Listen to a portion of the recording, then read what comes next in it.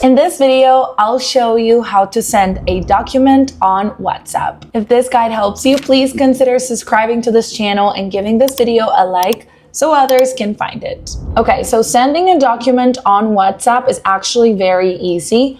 All you have to do is to make sure that you have the document on your files downloaded on your phone. So the first thing we're going to do is to open WhatsApp. In this case, I'm just going to be messaging myself for this example. Then what you will do is simply start a new conversation. Then you will tap on the plus icon right here on the left and you will select document. If you have the document as a photo or video in your camera roll, you can now select that option and WhatsApp will automatically convert it into a document. But let's say you have it on your files, you are gonna go ahead and tap right there. Then you will select your document and then right here at the top, simply select open. Then you will see a small preview of your document. If you have several pages, I believe you can scroll down and see all of them.